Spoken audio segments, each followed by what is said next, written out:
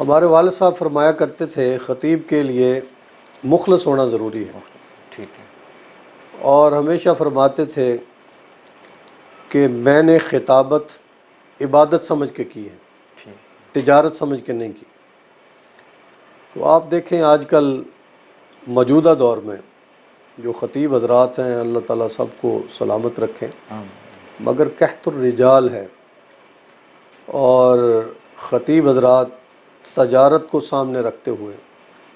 خطابت کر رہے ہیں۔ تو ان کی یہ ہمیشہ ان کے جو شاگرد تھے، ان کے جو ساتھی تھے، ان کے جو رفقا تھے، ان کی ہمیشہ یہ تربیت ہوتی تھی، وصیت ہوتی تھی کہ آپ ان چیزوں سے دور رہیں، کسی سے کوئی ریٹ طے نہیں کرنا، اور اس کو دین سمجھ کے، عبادت سمجھ کے، داعی اللہ بن کے توحید و سنت کا پیغام گھر گھر پہنچانا ہے۔ آپ کو ایک چھوٹی سی مثال میں دیتا ہوں۔ والد صاحب نے کتاب لکھی ہے خطبات قاسمی، اور اس کتاب کو اللہ پاک نے اتنی مقبولیت عطا کی ہے کہ پورے پاکستان میں یہ اپنے مسلک کے جو خطباء ہیں ان کی لائبریری میں بھی موجود ہے، اور اس کے علاوہ دیگر مسالک کے جو خطباء ہیں ان کی لائبریری کے اندر بھی خطبات قاسمی موجود ہیں۔ ہمارے والد صاحب گئے ہندوستان، 7 سالہ جو کنونشن تھا اس میں دارالعلوم دیوبند میں، دارالحدیث میں ان کا خطاب بھی ہوا۔ اس کے بعد وہاں کے جو محتمم صاحب تھے انہوں نے فرمایا ان کی تقریر کے بعد کہ ہم نے کتابوں میں سنا تھا خطابت کا، اگر خطابت کی کوئی جیتی جاگتی تصویر دیکھنی ہو تو حضرت مولانا ضیاء القاسمی رحمۃ اللہ علیہ کو دیکھ لیں۔ تو حضرت اس زمانے میں خطبات قاسمی کی اپنی جلدیں وہاں مکتبہ دارالعلوم دیوبند میں دے آئے تھے کہ یہ میں نے لکھی ہیں، آپ رکھیں۔ واپس تشریف لے آئے تو کچھ عرصہ کے بعد دارالعلوم دیوبند کا جو مکتبہ ہے وہاں سے خط آیا بڑے حضرت کو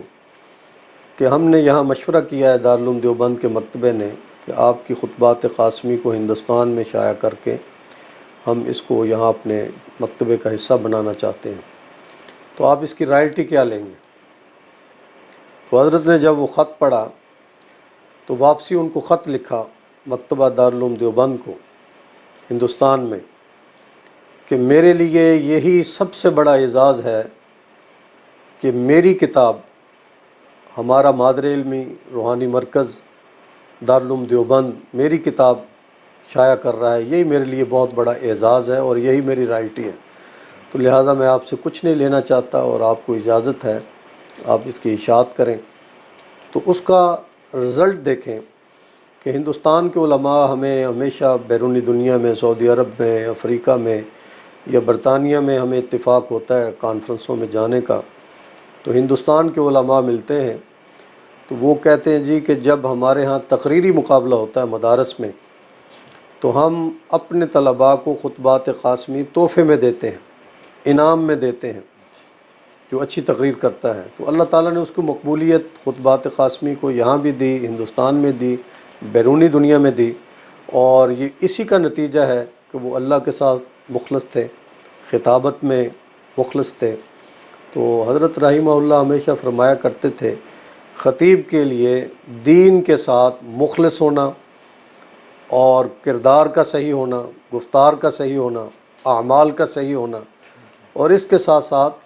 راتوں کو اٹھ کے اللہ اللہ کرنے والا جو خطیب ہوتا ہے اس کی آواز میں اللہ تاثیر پیدا فرماتا ہے۔